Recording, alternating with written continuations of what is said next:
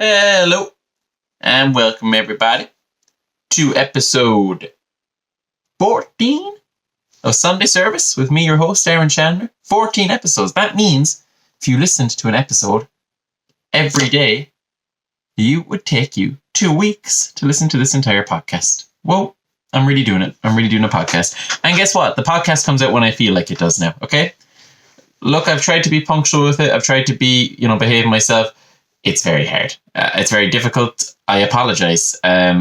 Look, will we try to be more consistent with it in the future? Yes. Is it my full-time job? No. Will it ever be? Probably not at the rate I'm going, because I'm not really willing to dedicate myself to it for some reason, even though it is something that's important to me. But it is a hobby at the end of the day, but it's a hobby that we should treat like a job. That's how you make a hobby a job, is by treating it like one. That's just a little mentality lesson.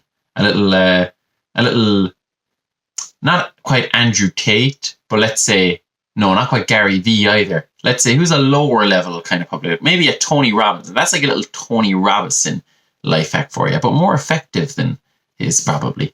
Is you gotta mentally, if you want something to be what you make your living off of, you gotta treat it like you're making a living off of it. Self-fulfilling prophecy, right? That's where we're at this week. So let's get into it.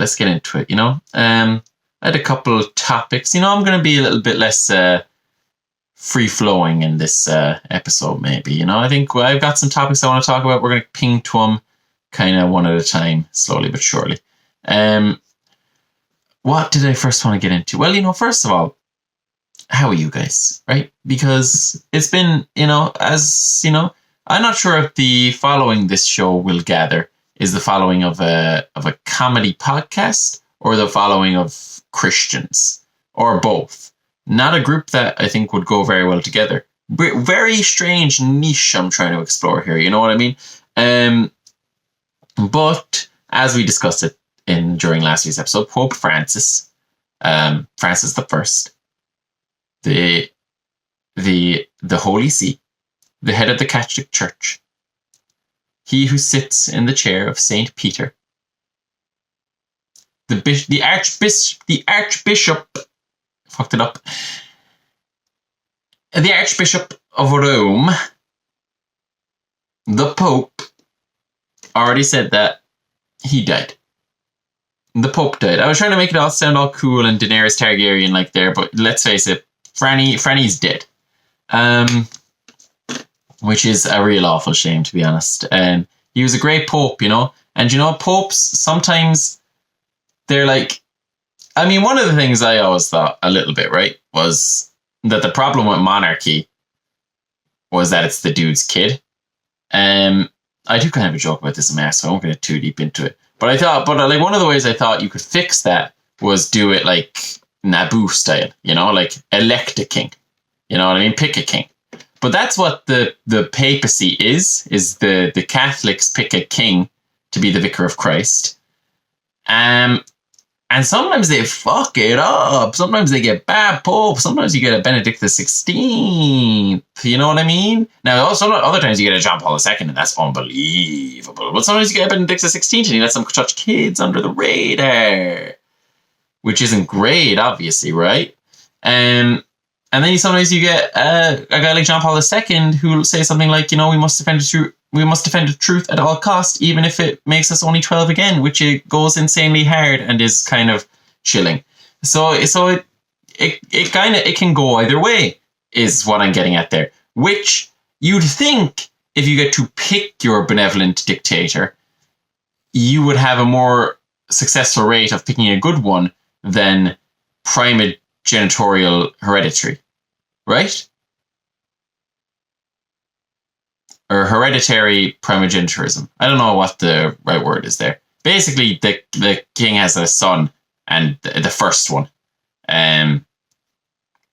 gets to be the next king, right? But no, like the success rate is about damn near the same, eh? So that's pretty wild. But his funeral mass was just this past Sunday, I believe, or it might have been the Saturday. I'm not entirely sure. which is quite rude of me, to be honest. But hang on here a second. I just realized the laptop and the camera aren't charging, so I gotta charge them. It was this past Sunday. Many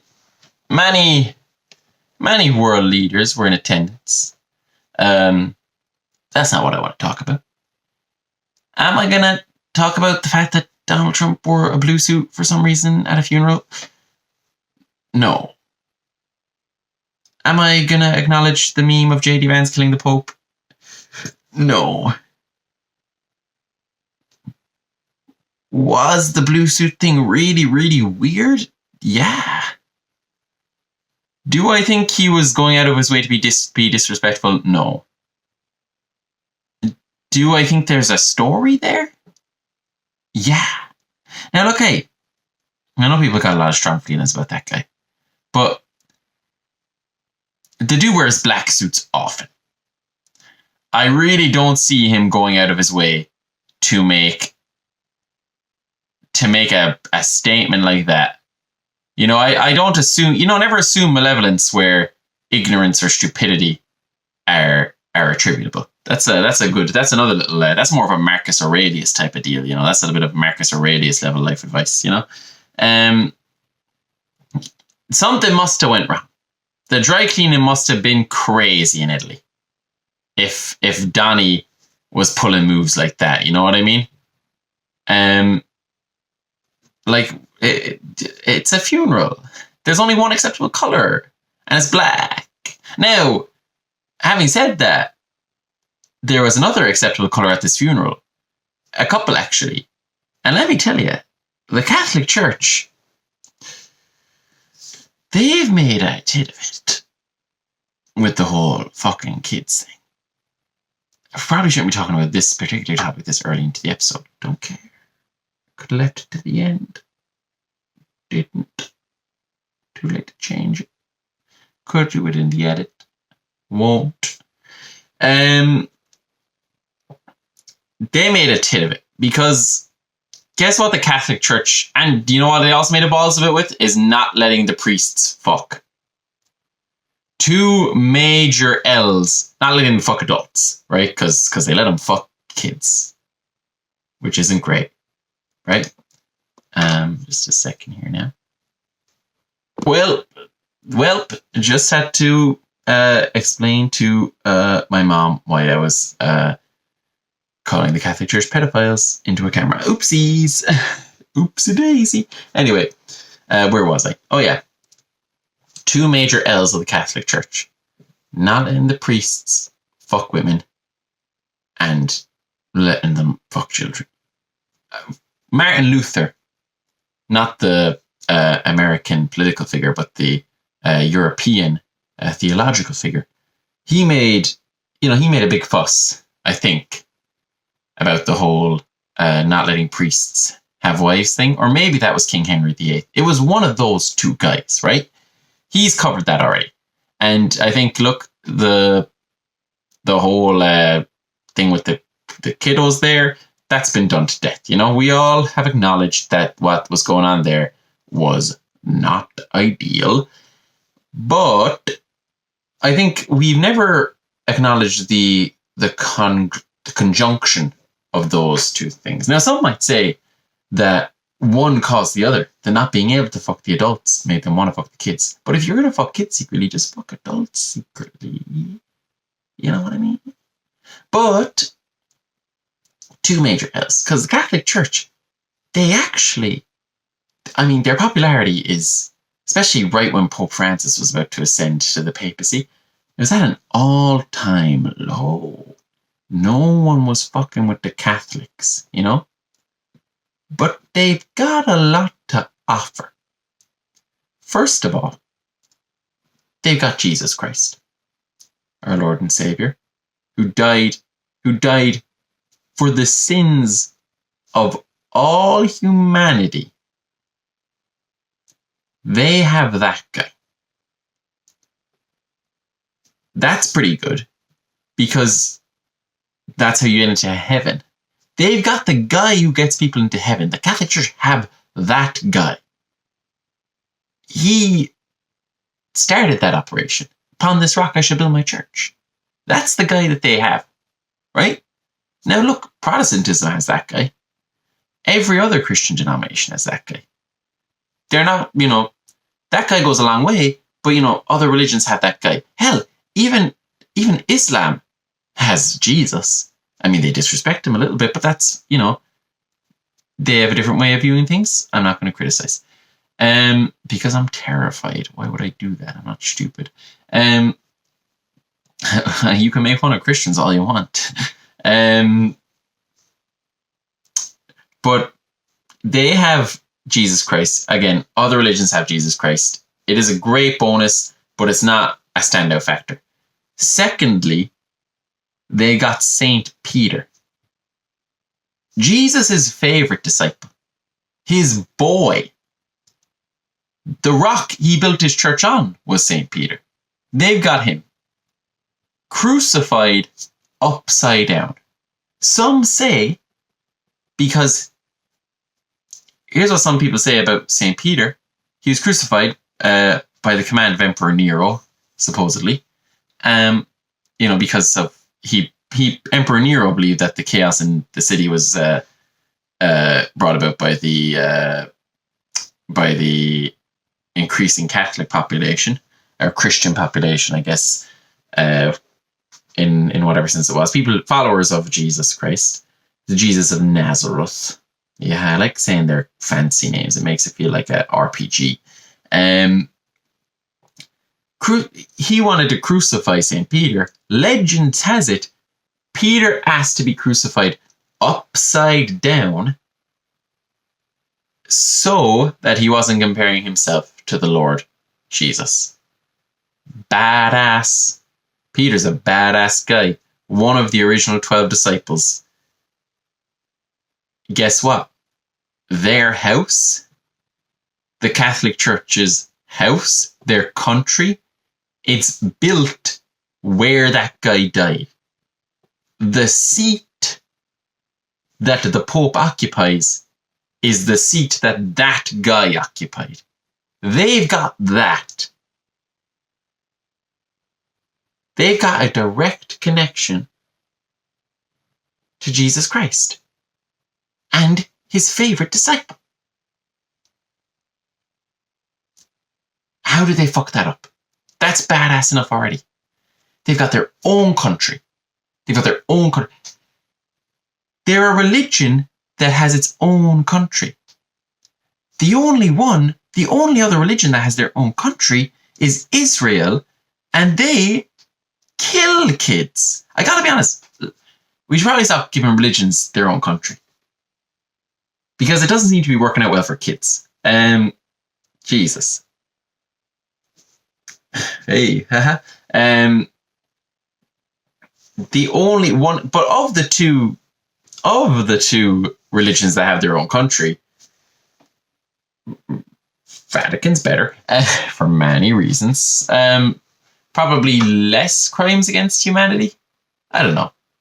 I don't want to get into the politics of all that. Maybe even more. Actually, no, probably way more. Because I was only thinking in the modern era, but the Vatican's been around for centuries, and they've not always been nice guys. That's what Martin Luther's whole thing was about, The kids that got fucked in the 80s, probably not the first ones. Am I right? So look, let me, in recent history, definitely the lesser of two very guilty parties. In broad history altogether, probably way more. Because the Catholic Church, they were down with the Nazis a little bit like that. You know what I mean? They were down with Mussolini, certainly, and Mussolini was down with the Nazis, ergo Catholic Church. Now look, hey, they were also down with no, they weren't down with the Allies, because they didn't like the British, because they weren't part of the papacy because of King Henry VIII. And they didn't like the Americans either, because they weren't part of the papacy because of King Henry VIII. Because Britain and America used to be the same guys, but then they were different. This is a little history lesson here. And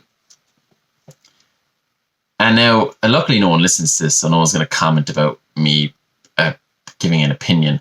And not even an opinion, just a statement, not a fact, but of opinion. So, never mind. Let me loop back around to that. But a dearly held opinion, yeah, actually. They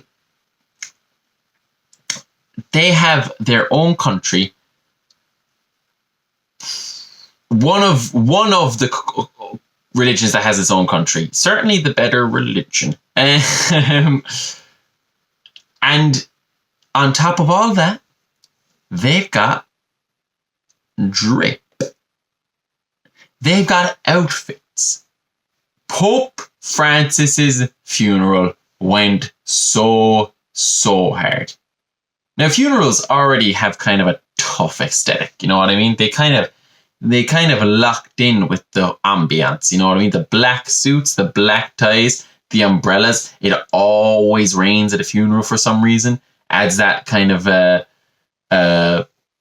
don't know what the word is when the weather matches the mood. There is a word for it.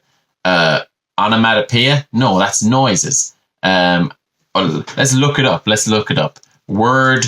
No. Mood matches weather. Word. Let's look it up, guys. This is engaging, thrilling content. Mood matches weather. WEATHER. Yeah, I know to spell it. When the weather matches the mood. There, autofill. What's the term for when the weather fits the mood of a scene? This is on reddit.com. What subreddit is it? r/movies? What? Oh my gosh. It's called pathetic fallacy. Oh, I knew it was. You see, that makes sense because I always knew it was a word where the two words that made it up, neither of them sounded like they meant that at all, but they do. So yeah, funerals already got that kind of tough, pathetic fallacy going on with the weather matching up, the coffin going into the ground. The Ireland especially has unbelievably good funerals, and we're like the most Catholic nation on the planet. We go into the big church, we say a few words, we give a shout out to the person who died, and then we give a shout out to Jesus, who was basically the original dead person.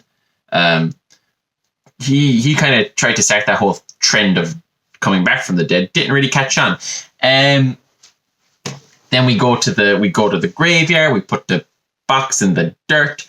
Everyone puts a little flower on it. That's sweet. That's nice, And then we all go to the pub for a few sambos, you know what I mean? You can finally, the great thing about an Irish funeral is you can finally admit the person who died that you actually liked them. Yay. You can finally, now that they're dead and buried, you can finally go, you know what, they were great, all right, Jesus, I actually liked him, to be fair. He was a good man. I never would have said it to his face, Jesus, because he would have thought I was a homosexual. But actually, I had a great time for him. I'm going to miss him terribly. No, I won't cry. Jesus, no, not in front of you. No, not at all. Jesus, no. Jesus, Mary, I'd never cry in front of you. No, sure, it was your son's funeral. Wouldn't I look like an awful bollocks if I cried there now? You can cry, though. That's fine, Weirdly, you're not crying as much as I thought you would be. I suppose because you're a strong Irish woman. Anyway, what I'm going to go do is now I'm going to talk about how much I loved him for a while, get absolutely pissed, try to have sex with your daughter, and then I'm going to go home and punch the wall in anguish at the loss of my dearly beloved friend, who I will never see again, and who I never ever expressed once how much I cared for him, and that will haunt me until the day I die. And that's Catholicism. Funerals have all that, which is deli bueno, And then, on top of that, now it didn't rain at the Pope's funeral. Tough. Italy. What are you going to do? Pathetic fallacy. God doesn't do pathetic fallacy because God isn't pathetic. But what they did have was they had a sea of cardinals in the red tunic. In the red tunics. The cardinals in the red tunics. Who are they trying to impress? Oh my God, it's an Eminem music video. Not an Eminem music video. It's a music video for some artist who has taste. The cardinals were going crazy at the funeral. All dressed up in the red with the white kind of thing around the collar. They were looking tough. Now, the thing about cardinals is huge cheerleader effect, obviously. They only look good altogether as individuals, they look like fucking dorks, you know? And that's one of the things people kind of diminish about the Catholic Church, is you go to about the Catholic Church, not talking properly today, is they go to their local Catholic Church, they see one priest, there's like 10 people in a room, most of them are old and almost dead because Catholicism is a dying breed at this point. Coming back in England, thank God, you know, Henry VIII, you know, didn't work out for him after all. Who would have thought that the religion started by a guy who just wanted an excuse to cheat on his wife wouldn't work out? Boom, Protestants. I'm not even Catholic. I'm non-denominational. I guess I was confirmed, you know. I'd love to be canonized. Maybe I should go Catholic and then do a bunch of good things, and then after I die, they canonize me. Maybe I should do that. You know, that would be better than that would be even better than being buried in state, which is another aim of mine. All stuff that I won't be around to see unless I fake my death, just to make sure everything goes swimmingly. That was always a big plan of mine: fake the death, make sure everything goes over smoothly. You know, and then if my funeral is kind of dead vibes, you know, pop out of the coffin, say, "Hey man, what the fuck?" Now I am actually dying. Cancer is terminal, but I decided to clock out a week early to make sure you all guys got it right. And guess what? You didn't. So when my liver does give up, which will be in moments, and you guys have my real funeral in a couple of days, lock in. And now I won't be there, so I won't know if you did, but just know the performance you've given me so far has been lackluster, right? Cardinals, bishops, priests on their own, they look dumb. They look like dorks. They look like nerds. They look like not the type of people you would want fucking your kid. You know what I mean? You know? If my kid is going to have a boyfriend, I'd want them to be a badass, not some nerdy theologian dork. You know? But then, all of a sudden, you put them all together, you get a sea of those white robes, a sea of those red robes, a sea of those, I think there's some purple ones as well. And all of a sudden, it's like Emperor Palpatine level stuff. You know, but nice, with a nice spin on it. Not really, because they've done some dark shit. You know, there's Nazi gold under the Vatican, most likely. The bodies of thousands, you know. Maybe the body of Saint Peter. Who knows? God, they really lost their way, didn't they? I think it all went downhill pretty much immediately after he died. I bet, like, immediately after he died, they were just like, fucking, I want to be in church, actually. You know, and then that immediately diminished all the teachings of Jesus Christ. But yeah, like the aesthetic at the funeral was sublime. Like it really made me want to kind of become a Catholic a little bit, because you just see them all like walking there, you know, that one nun at the coffin. I'm doing a bit about that one nun who got to see the coffin. Not going to say it here, you know, you need to stop doing that. You need to stop saying my bits in the podcast. So yeah, I just wanted to say that the Catholics, they really cooked with the way they be looking. It, like, especially when, because you don't know, because you kind of go, you're kind of like whiling out when you see them on individual bases. You're like, what are these men thinking? But then when you see them all together, when they you know, when they put the garnish on the plate, you know, when they plate it up, you know, put the rice in the cup, invert the cup, get a nice dome of rice. You know, that's basically what the gatherings of the Catholics are like. Is like, it's just getting that little bit of coriander onto the tikka masala. You know, they just finishes all off, wraps it all together nicely. All the individual elements, they seemed a bit crazy, but now that they're all together on this beautiful mosaic of cuisine, savage. In St. Peter's Basilica as well, the church Michelangelo painted. I knew it was one of those two. Still don't know which one. Sublime. So well done. R.I.P. Pope Francis. Hopefully the next Pope isn't a loser, because a lot of those cardinals, I gotta be honest, they looked hard as fuck all together in the red, but when you really zoomed in on any individual one, they looked like huge dorks. Wow, they're all virgins except for the pedophile ones. That's so tough, because they're like, some of them are in their 50s, you know what I mean? That's crazy. We're married to God. God doesn't want you to be married to him. God made women for you to marry them. Duh. All right, that was one topic, and now we're just going to move on swiftly. It was actually on Easter Sunday. By God, I had a nice beer. I had one of these beers, like I'm always a man who's been very careful about my relationship with alcohol. I know a lot of alcoholics. Alcoholism runs in my family. I've always been very careful. I didn't have my first drink until I was 21. I wanted to be sure.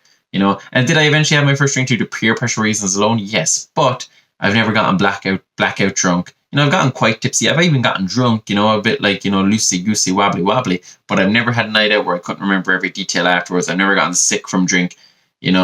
I've kind of had a stable enough go of it with those things, right? But the other night, I had a beer that was so good that it made me consider throwing all that away. It was so refreshing, You know when you haven't had a beer in like 2 weeks, in a little while, and you weren't even planning on having beer. Hey, it's getting late. Everyone else has been drinking the whole night. You were kind of going, nah, I won't, And then it's kind of like at the end, a couple people have peeled away, and just you and maybe one buddy, you haven't seen in a while, you haven't caught up with him a bit. He's already had one, and he goes, you want to head off soon? And you're like, I might stay a little while if you're up for a chat. And he goes, yeah, why don't we get a beer? And you're just like, yeah, why don't we get a beer? Just one beer, And then you get a beer that you don't even like, maybe you're a Moretti guy, and you decide, fuck it, I'm just gonna get a nice chieftain, and then maybe you're feeling a little bit dehydrated as well, and maybe you take the first sip of that beer and you think, wow, that's refreshing. And then maybe you take a nice hefty sip of it, maybe 2 glugs of the Adam's apple. And you think, wow, I should do this every single day for the rest of my life. And then maybe go, wow, I'm an alcoholic now. And then maybe go, that's fine. That's who I want to be. That's who I want to be. I want to be an alcoholic, And then your friend is like, hey man, you all right there? You're going pretty quick on that beer. And you're like, oh, oopsies. Almost got caught. Let me hide it.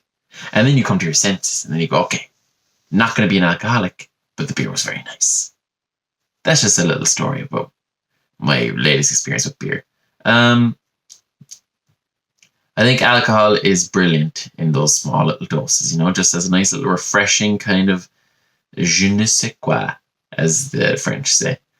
I don't know what je ne sais quoi means, and I think that's kind of the point of the word. I love the Tomb of the Unknown Soldier. France has that. Arc de Triomphe, great. That was, okay, none of that content was meaningful. Didn't go anywhere.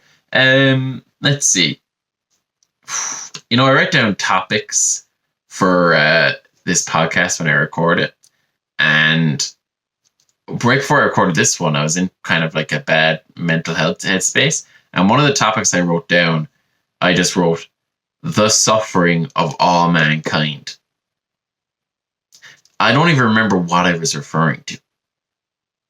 I guess we do suffer a lot, I guess life is pretty horrible. Do you know what sucks about life is I kind of feel like, all right, hear me out here. People in the past, I think, might have had it way easier. Now, obviously they didn't. Because your wife, let's say, you married a girl, you were both 14. The next year, you're both 15. You guys fuck for the first time. She gets pregnant, right?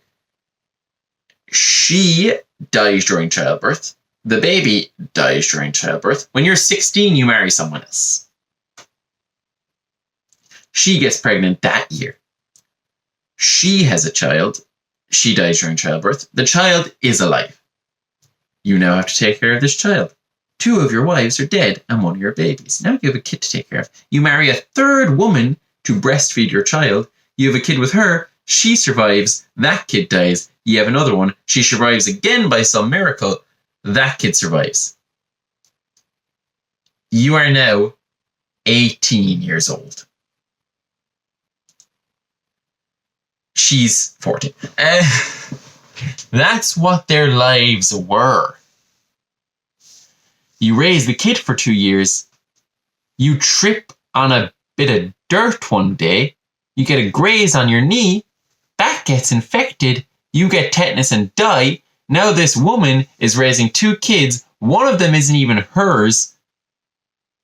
She has to marry another guy. He gets her pregnant. She has a 3rd kid. She dies. Now this dude has 3 kids. Only one of them is his. He's taking care of all of them.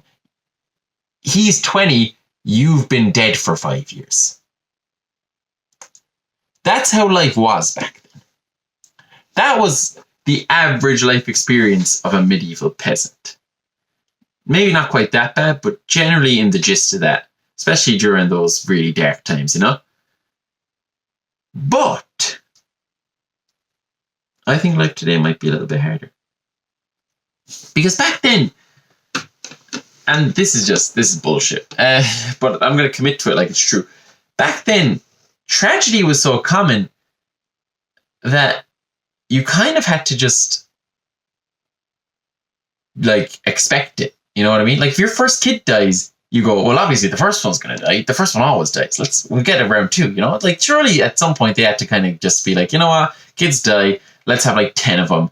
If 5 of them make it, we're doing well for ourselves, you know? First one dies, they're like, oh, that's a shame, you know? We'll have a funeral, right? Second one dies, they're like, fucking... Put that one in the coffin with the first one. It's fine. Third one dies, they're like, okay, now this is going to be a mistake. 4th one dies, they're going like, all right, Jesus God, what is going on here? 5th one dies, it's like, okay, maybe now we can get a bit emotional because we're 50-50 on dead versus alive kids. All right, everyone, we're allowed to cry today. And then you look around and everyone is you and your 5 children under 7 years of age because your wife has been dead since the last one. Whereas nowadays,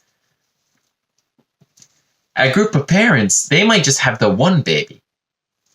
They're hedging their bets on one baby because they don't think the baby's ever going to die. Because that happens way, way, way, way less often than it did before. But unfortunately, not at all. But people think, no, my baby will definitely live. We don't live in a time where babies die. We have Disney movies. And then their baby dies. And then they're fucked. Because they were hedging their bets on this baby. They let themselves get so emotionally attached to this baby. Within the first few months. The first few months when it's definitely going to get sick. Not die, but definitely going to get sick. They're just like, yeah, fuck it. Like, it's we love it forever. It's like, forever? This is actually a horrible topic to be making light of. Sorry, I just realized this. Because this whole topic was brought about because I was worried that a very young person in my family was they were quite sick recently and now they were okay afterwards, right? But I was worried that something bad was going to happen to them. But then I realized I got lucky, nothing bad happened to them. I'm dealing with my emotions a bit in a humorous way now because there were no negative consequences of it. But because I was not the father of this person, I actually don't really have a full understanding of those negative emotions. And I'm making fun of something that real human beings have suffered in this world. A suffering that is unimaginably deep. And I'm making light of it, despite the fact that I have no experience with it, in a way that isn't actually funny. Now, if all of those factors could be excused if what I was saying right now was hilarious. Because, you know, making someone laugh is a great gift. But I'm just saying very general bullshit about this topic about which I know nothing, making light of something that real people are going through. Oh my God, I'm a horrible person. Forgive me, God. Jesus, sorry about that, guys. That was awful. That was just me getting into the stuff. I got too deep. It was kind of funny when I was talking about the medieval peasants, but then I took it in a way too real a direction. I think it was when I said that they were hedging their bets on the one kids. That's when I went too far. But hey, I'm not going to edit any of that out, you know? I'm a flawed human being. I want that to be reflected when people watch this after I die. So yeah, no, that was crazy. Katy Perry went into space. Leave her alone. Leave her alone. The internet. Oh, I can't believe I just said that. people online don't talk about the internet like it's one conglomerate entity. It's just a bunch of losers who have too much time on their hands. People online are giving Katy Perry, that God-forsaken sweet angel of a woman, they're giving her a hard time because she went to space. First of all, if my ex-husband was Russell Brand, I wouldn't want to be on the same planet as him either. Boom, roasted. That was just a little joke. Gotcha. Little joke that I missed, that I didn't say properly to start off this topic. Little joke like that, you know? But why are you guys bullying Katy Perry for going to space? She wrote California Girls.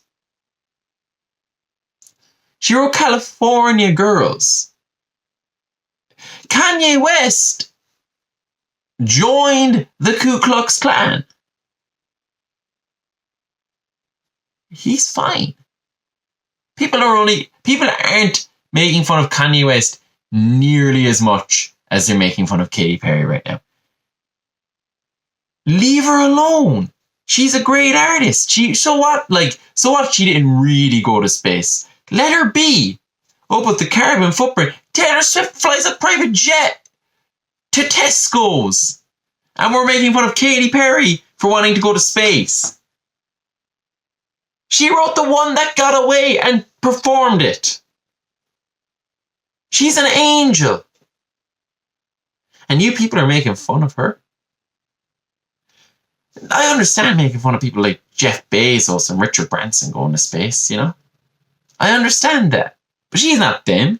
She's not a billionaire. She's a multi-millionaire. That's sweeter. That's nicer. And she's a talented artist who's made a lot of people very happy. You probably amongst them. But because she wanted to go on a rocket and have a little fun and talked about her interest in the stars, now you're making fun of her. So what if she thought astrology and astronomy are the same thing?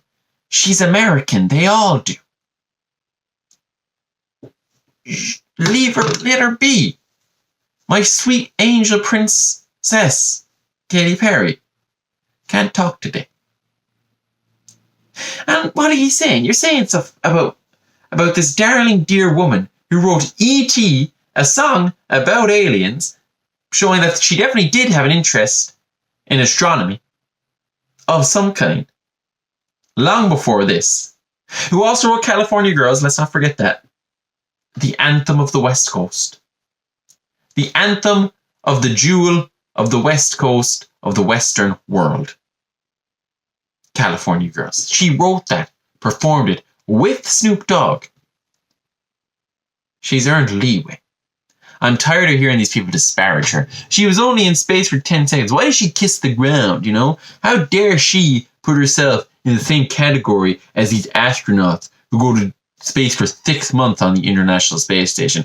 Fuck them! Fuck them!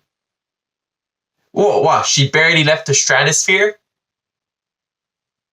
That's as much as in space as they are, basically. They're in geostationary orbit. Geostationary. They haven't even left Earth's gravitational well. And they're putting themselves in the same category as Neil Armstrong. He went to the moon. You know the moon in the sky? He went there. He was on it.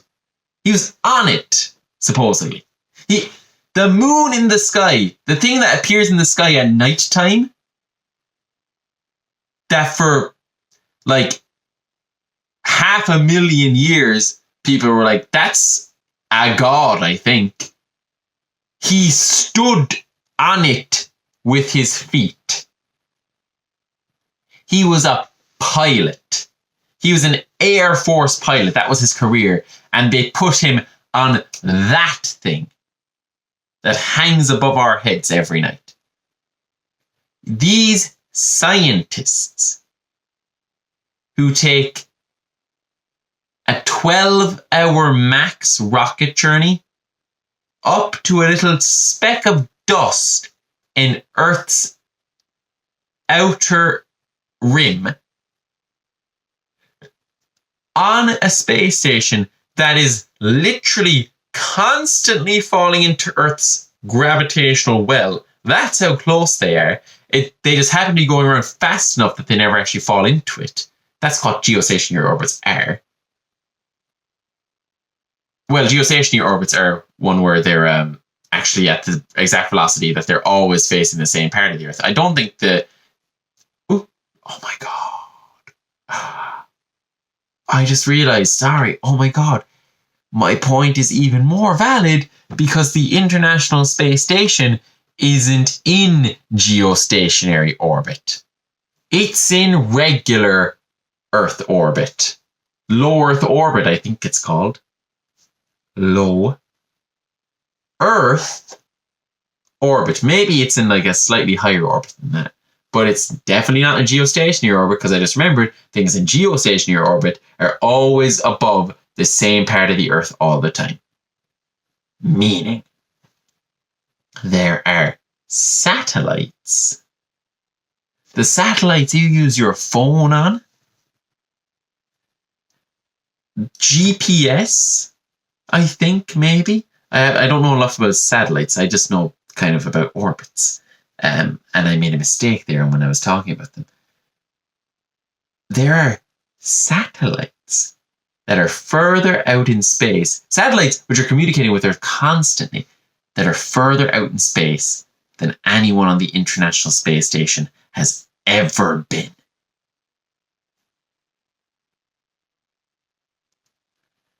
They granted themselves the same title and role as a man who walked on a heavenly body. Our closest neighbour, our dear sweet Luna, he planted a flagpole in our dear sweet lovely Luna, walked around on her with his buddy Buzz, left their loser friend in the orbiter, had the mag crack, got back onto the spaceship, and flew back to planet Earth. They saw Earth above them in the sky the same way we see the moon now. And these scientists who are like 11 miles up, they give themselves the same title as that guy. Katy Perry is much closer to an ISS astronaut than any ISS astronaut is to Neil Armstrong. Yet we allow them to call themselves astronauts. But the second our sweet girl who has, and I know people won't like this, because I'm a man of science. I care about science. I care about the scientific community. But what I'm about to say is true, and people won't like it. Katy Perry has committed more to society than any scientist on the International Space Station. She just has. They do basic bitch experiments, like what happens when you pop a balloon in zero gravity. She wrote and performed California Girls with Snoop Dogg, the anthem of the West Coast. Millions and millions of people have streamed that song. Her music has inspired people. Her music has inspired people to be happy in moments of sadness, to buck themselves up, to pick themselves up and feel better about themselves. They grew a carrot in zero G. And we're like, hey, the carrot was fucked up because there was no gravity. We learned that. And you're making fun of her? Why, because she's rich? She deserves it. She's talented. She's not Jeff Bezos. She's not making people piss into cans that are attached to their penises so that he can increase his profit margins by 0.1% every decade. She's writing music that people love. And she was married to that bold man. And she just wanted to go into space and have some fun and look at Aquarius. from a different angle. And you people make fun of her. Leave Katy Perry alone. Leave my darling dear Katy Perry alone. I'm sick of it.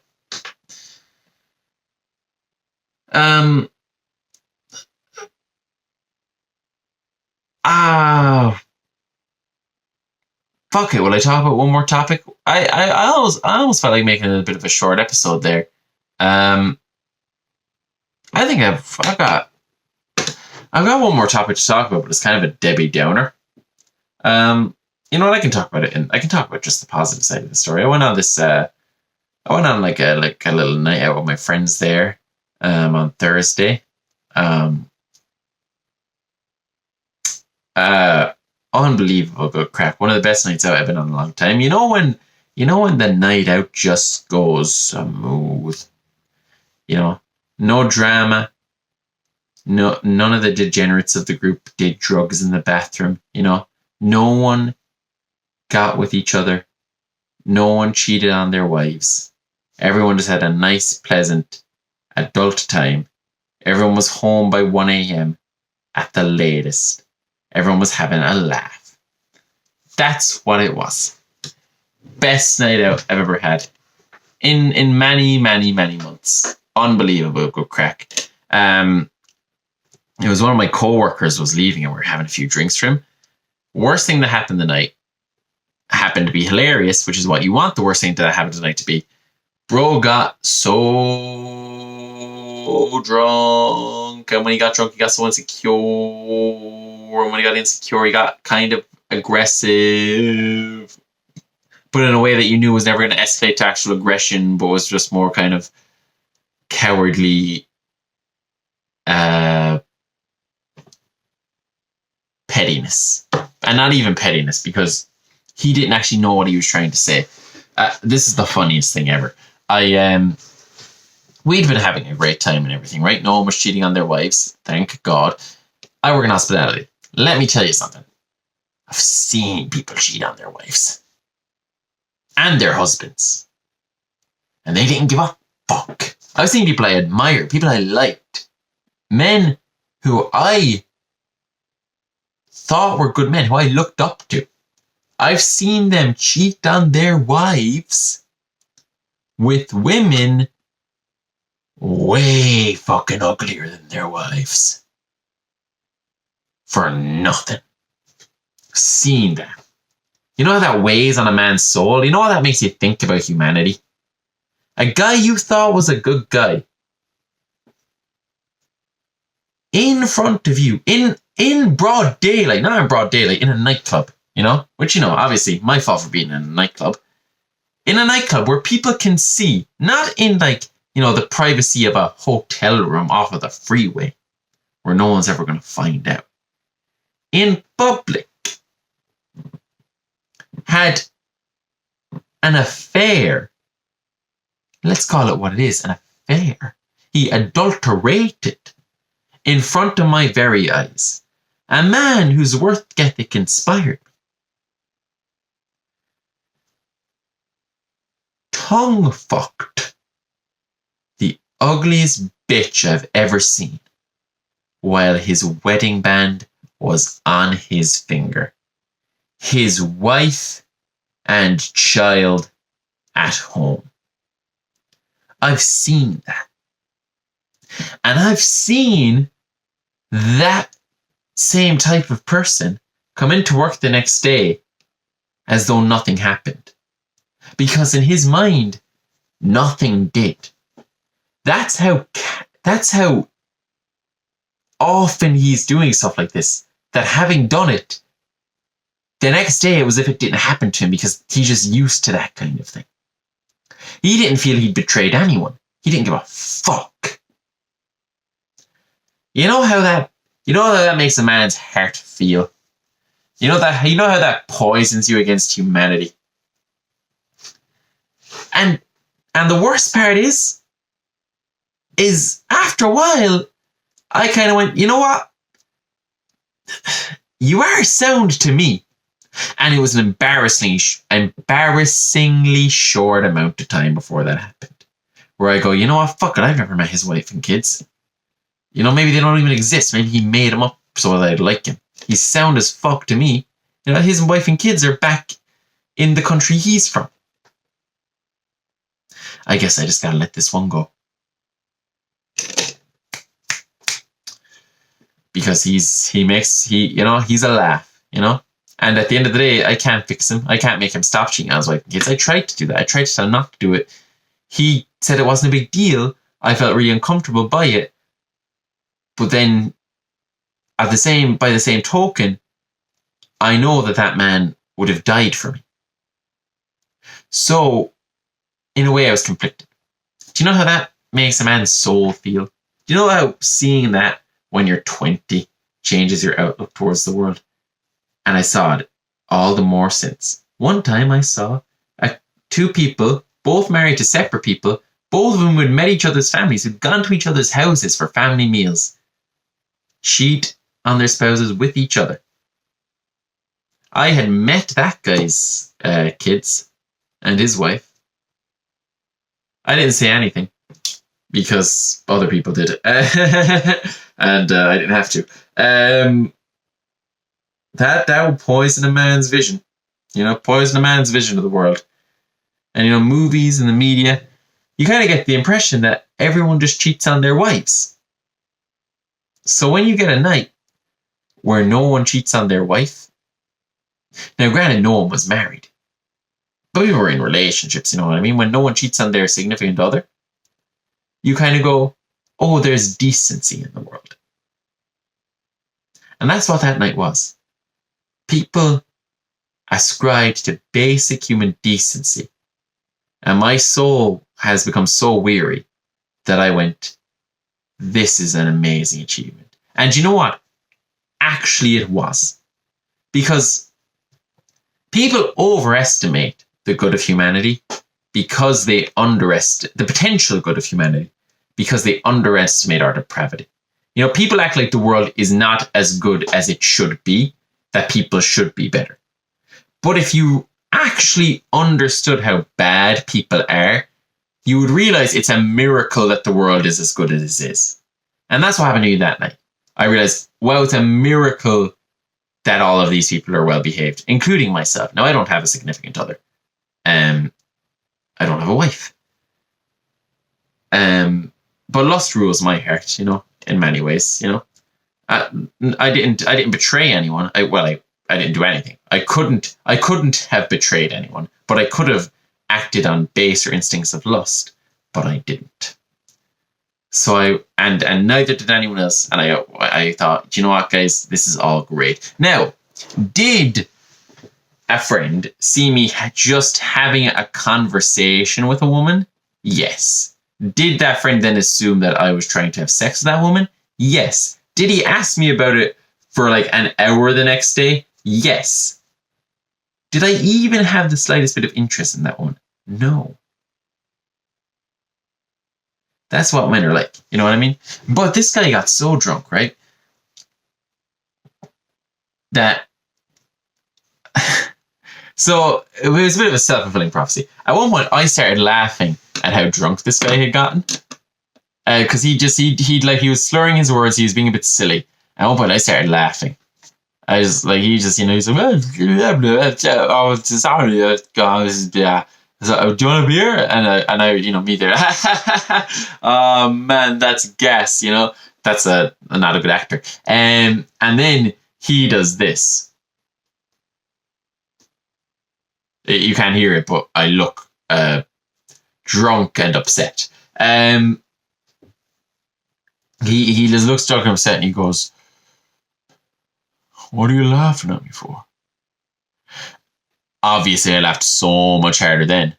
And he goes, "Stop laughing, boy." And now he's a big guy, much bigger than me, and I'm 6'2", so that means he's huge, because I'm obviously a very tall guy, above average height, not freakishly tall, so this guy's kind of a unit. He's kind of a big guy because I am so big already. Obviously, slightly scared a little bit, because he's drunk as well. But I also know he's a harmless, you know, gentle giant type of character, wouldn't harm a fly. But a little bit my feet shifted into a stance. Not an effective one, but there was a shuffling in my step. And he said that, and guess what? After a second, stopped taking it seriously, laughed again. And he goes, "The fuck is your problem, boy?" Laughed even harder. Was too giddy to explain myself. And he goes, he goes, "You've changed." Since an hour ago, I've changed. What a legend. He goes, "You've changed, boy." And he was like, "No, like, I invited you. I invited you here because I thought, like, because I had good time for you, I thought you were a good guy. I thought you were banter, like, but, like, this has gone too far, man. Like, why are you being such a jackass? Like, this is not at all." Couldn't contain my laughter, obviously. Had to walk away because he actually was getting upset, and I didn't know how to deal with it because I didn't know how to explain to him that there was no world in which he should be upset, right? And I didn't think it was possible to get through to him. And big guy. So ran away. Ran to the other group of people. Every time I approached him again for the rest of the night, any positive outlook, any kind of bit of positive energy, he'd just be like, "No, boy, no. It's over. Like, it's over." Had a mental breakdown. Poor guy had a mental breakdown while he was drunk. Guess what? Next day, he didn't remember any of it happened. That's just a funny little story there. That was just about me watching people, how I used to watch people cheat on their wives, and how this time I didn't see that, and how I'm kind of proud of. I mean, I guess it's a completely different set of people, but I'm proud of these people for not being degenerates, and that's great, I think, you know what I mean? Because I've been a degenerate before as well, Luckily, I've never betrayed someone in a relationship, but hey, have I flirted with women who have boyfriends? Yeah, I have.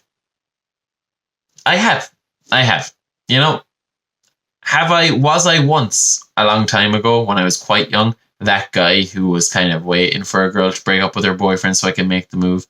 Yeah. Did I pull it off way better than most guys do? Yeah. But still, there was another instance where I pulled it off. No, it wasn't the same thing. I wasn't waiting for her to break up with her boyfriend, but I heard she broke up with her boyfriend, kind of. And then after that, I started taking an interest, and then I fucked that one up completely. It's to the point where it looked like what should have happened the first time. You know what I mean? Where it looked like I was just that guy who was like, "Any day now, I'm sure she'll become available." Have I done that? Yes. Was it pathetic? Yes. Has a woman tried to cheat on her boyfriend with me? Yes. Did I allow it? No, I didn't. Did I have sex with her the second she broke up with him? Who's to say? Was it the second she broke up with him? No, it was many months later because I hadn't seen her in a quite a long time. Because I actually stopped talking to her after she tried to do that. Go me. Slight moral victory. Very next time I saw her, immediately betrayed that because I found out they were broken up. And that was 1, 2, 3, 4, 5, 6. So look, that's a little insight into the person I am and who I've become. I don't know what to title this episode. Maybe I might just title it "Leave Katy Perry Alone." Yeah, that's what we're gonna do. All right, everybody. That was episode 14 of Sunday Service with me, your host, Aaron Chandler.